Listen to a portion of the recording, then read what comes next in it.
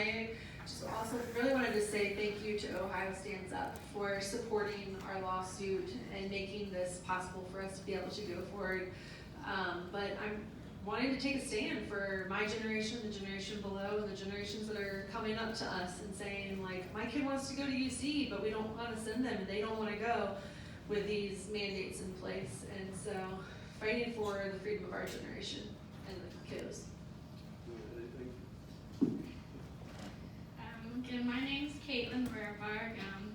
I'm also a non-traditional student. I transferred from the Christ College of Nursing and Health Science, so I am in the health department. I transferred and I study biology and chemistry right now, so I'm getting well versed in the science field, and I've just been questioning everything they've done with COVID stuff. And after having 2 years of nursing training, one thing that got into my head is there's not one solution for every problem. So the first thing I noticed was they're giving one solution for this problem. So I just am glad to be here and give a voice to UC, and hopefully we can get some more students to also see that they're not alone. And that's just kind of why I'm here.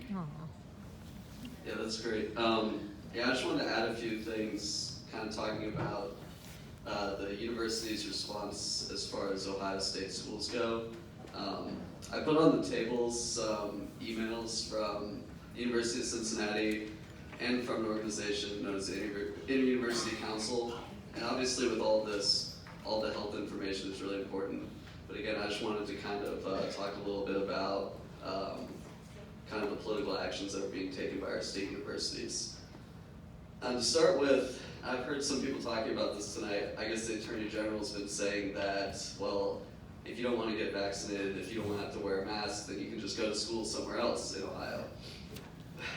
Yeah, which is not very convenient because every state university in the state requires vaccines, or to some extent it requires masking. They all have slight variations, but they're all effectively doing the same thing. And what's not known by many people is this organization known as the Inter-University Council, because if you look into higher education at all, you'd think that as far as the governing body goes, we have the Ohio Department of Higher Education, who works under the governor, so through the governor, they're answering to the voters. Now, the Inter-University Council has actually existed longer than the Department of Higher Education, and today, effectively, it is what they call a voluntary organization, even though every state university is a member. And the presidents of the universities will come together through the IUC, and in the context of COVID, they were meeting to talk about the legislation that was trying to be passed by our congressmen and women to prevent these schools from mandating vaccines. And at some of these meetings, even Governor Mike DeWine was in attendance. But unlike, some of you may know about like the Open Meetings Act, unlike a meeting that would take place at the Department of Higher Education between these parties, which would have to be subjected to allowing the public to sit in on the meeting to see what they're talking about. They were holding these meetings kind of out of the public's view and planning everything. So going to what the AG was saying about how you could go to a different school, not only were there no alternatives in Ohio for a school that you could go to where you wouldn't be discriminated against for your choices, but they were quote unquote colluding to prevent that from being an option for people through this entity known as the IUC. And that's what I wanted to touch base there, and to just define it a little better. The IUC, what they're doing, they're a purchasing group, so they leverage purchasing power for the schools. They're an insurance consortium, and they also do political lobbyist work. And the way that they're funded, all of our state universities are paying membership dues to the Inter-University Council, which get funneled through the Ohio State University, who's their fiscal sponsor. And on one of these emails you can see the vice president of the IUC, he's actually writing to a congressman about how he's going to testify in front of the Commerce and Labor Committee on HB 435, which was a bill trying to prevent mandatory vaccination. So effectively, our tuition money and our tax dollars being sent to these state schools is being paid in membership dues to the Inter-University Council so that they can go in front of our government and petition for things that are against our interests. And this is one thing I've come across looking into UC's actions that I thought just more people should know about this organization. And I would encourage all of you to write to your congressmen and women to tell them to take a second look at the IUC, because they probably worked with them, but I don't think they're totally aware of their influence on state spending. And then kind of going into this further, I've read a few mentions of things like this, but it's like you were saying, there's never just one solution, and throughout this whole thing, we've always heard like we have to listen to the experts. People, if somebody's wearing a lab coat, then they automatically know the best health decisions to make on our behalf. I think I turned it off.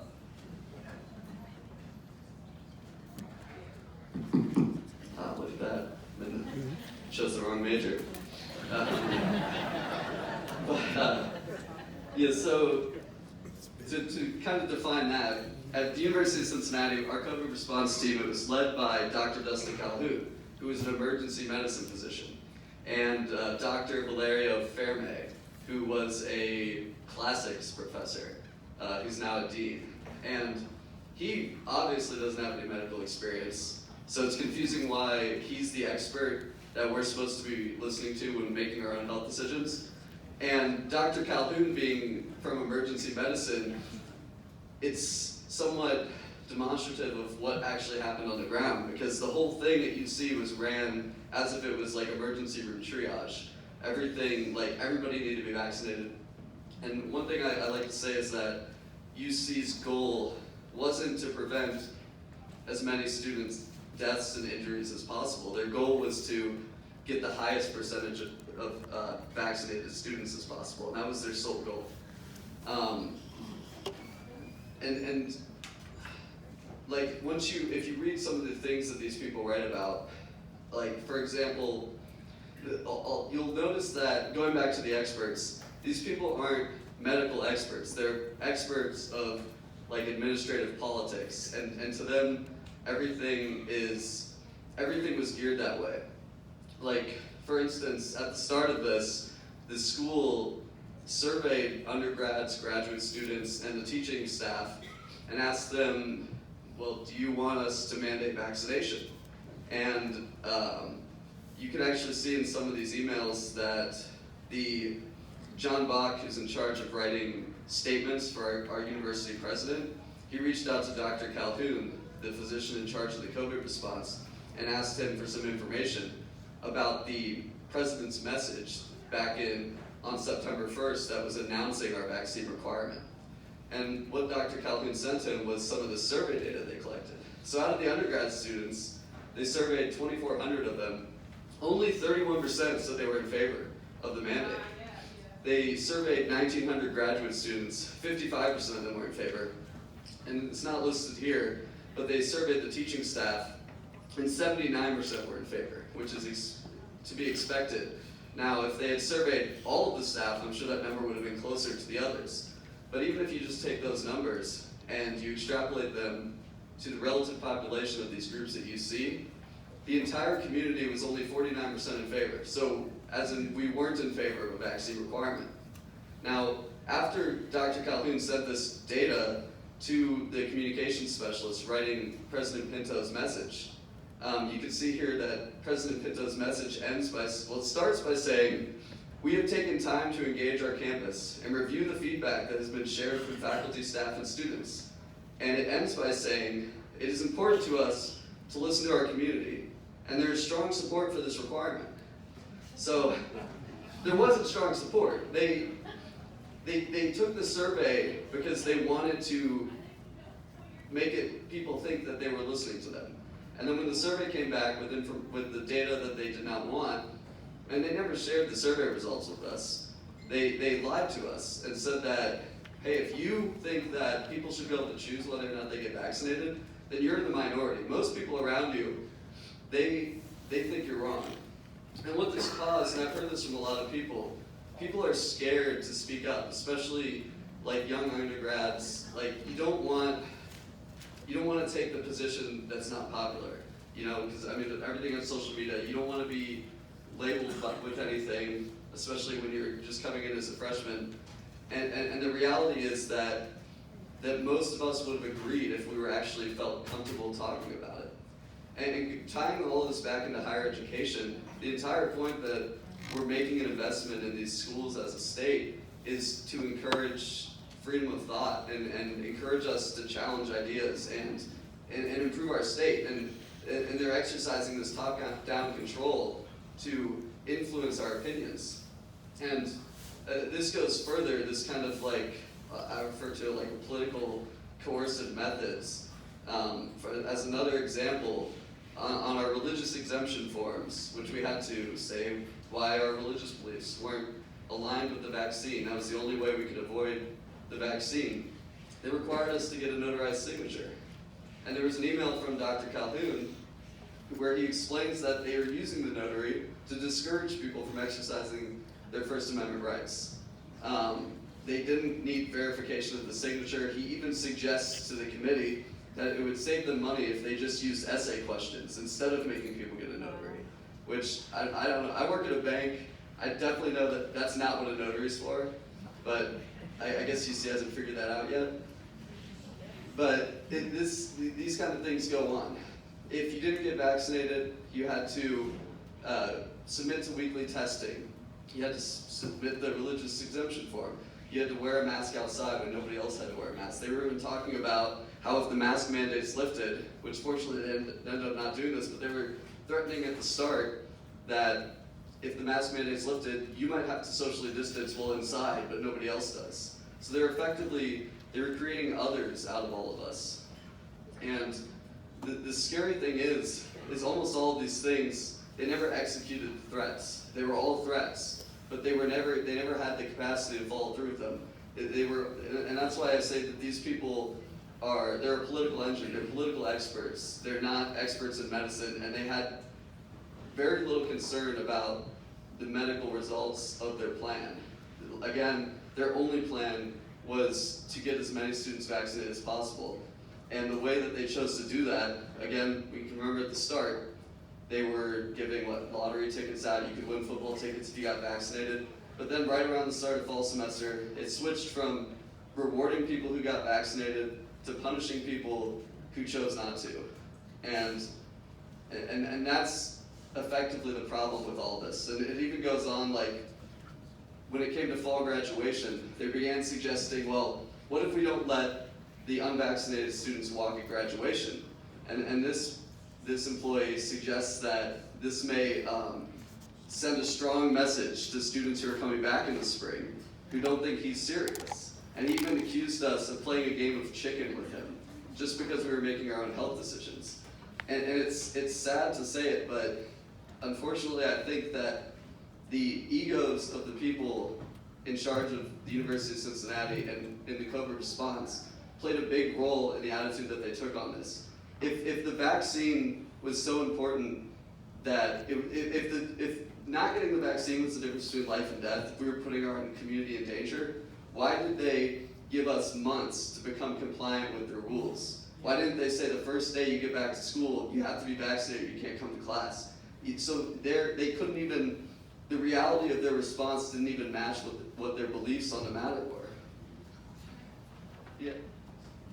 At the beginning of fall semester, we were even told that they would not mandate the vaccine. And then it came time, it was like right past when we could withdraw, and then they implemented the vaccine mandate. Yeah, precisely. And this whole time, they were very confused. They didn't really know what's going on. And the last public record I want to reference here is a little excerpt early on from the COVID response team meeting. And these were public talking points that they created. Basically what would happen is, if you asked a question to anybody at UC about this, and you showed any sign of being against it, you were going to get the same answer no matter who you talked to, because this is what they would do. They would create these public talking points. And there's a few on here that are fairly concerning. First of all, they talk about how the UC community has spoken. This is what you want. Again, we know that when we spoke, it wasn't what we wanted. And there's some other concerning ones where one of them is they just say fertility. And effectively here, what I think they're talking about is they were seeing people bringing up these problems with vaccine injuries, and they just completely wrote it off. They didn't even take time to consider that fact. The immediate response was, we need to figure out how to get these people to stop bringing this up. And the best part of this part is the very end, where they say, personal choice, need to combat this concept. And you have to remember, these are some of the highest paid employees in the state of Ohio, and they're just getting away with this. And they had before this even started, they already had the confidence that they could do this and nothing would happen to them.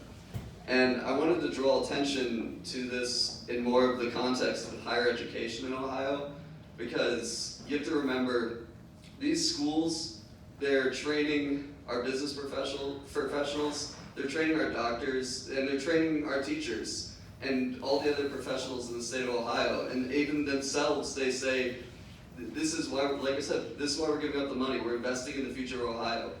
Well, we have to be very careful about the kind of power that we allow these university administrations to have. Because if you just think about the context of the teachers, what they're teaching K through 12 teachers, most of those K through 12 teachers are going to be employed at K through 12 institutions in the state of Ohio. So their influence doesn't stop at the university, it goes far beyond that. And we really need to focus as Ohioans on that spending. And again, it's one of the largest items on our budget. So I really appreciate, even if you don't have, and if you have no connections with state universities, just send an email to your representative and ask them about this. Just push back just a little. It doesn't take a lot from all of us. And I think that our congressmen and women, they kind of just give the power to the Department of Higher Ed and everything else follows, and we don't really take much of a second look at it. But another thing I'd like to add is, like, with the University of Cincinnati, I got all these emails just doing simple public record requests. And like, if everybody in here went back to their hometown and sent in one public record request about your local K through 12 institution's COVID response, that sends a stronger message than you'd think, especially at some of these smaller institutions that are less equipped to process these record requests. And you'd be very surprised what you'll find out. But I think, just to summarize all that, is that we need to stand for the values that we hold dear to our hearts, because the people very high up at these institutions, they are, put simply, they are without God.